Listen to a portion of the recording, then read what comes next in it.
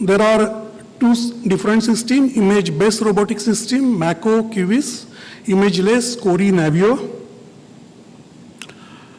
Goal of any technology in medical field is to provide better function and clinical outcome in view of patient's perspective and to make surgeon's life easier and more simpler.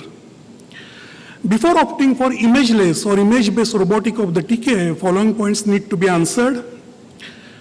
First is exposure to radiation, time spent on pre-operative planning, amount of dependency on external engineer or company product specialist, flexibility to use in revision surgery and with periarticular implants, and additional cost of CT scan.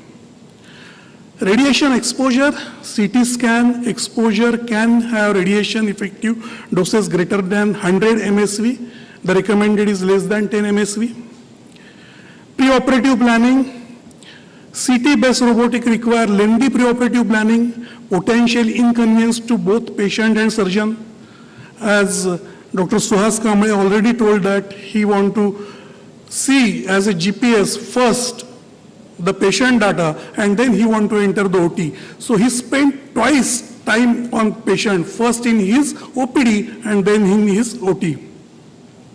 Most of the robotics presently installed in high volume center, so spending extra hours before each and every surgery really makes life difficult for surgeon, and that's why they don't use robotic system in all the surgery.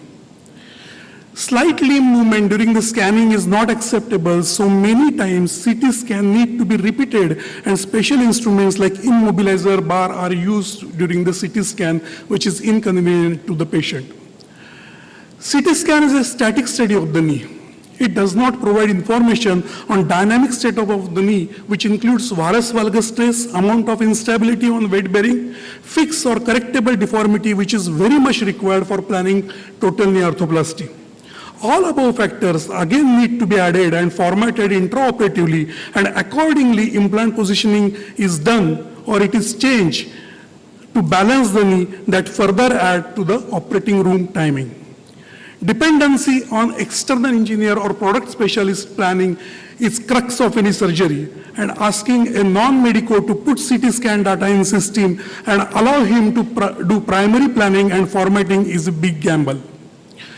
Due to implant artifact, it is not easy to do CT scan planning in converting unicondylar knee into total knee and doing TKR in periarticular implant in situ.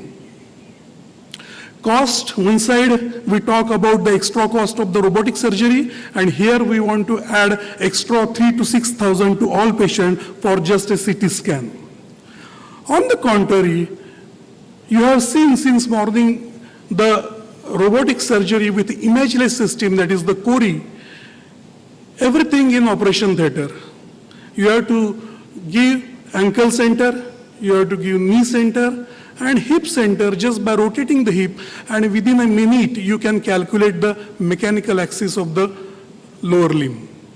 Once it is done, then the mapping is done for the femoral condyle and tibial condyle, and it is a 3D view that gives you exact amount of bone loss, exact position of the posterior condylar axis, exact position of the epicondylar axis, and if you want, then it gives you the perpendicular axis also. So the calculation and execution is done simultaneously. That saves a lot of time, and you can adjust the position of your component intraoperatively, and you can balance the knee intraoperatively immediately.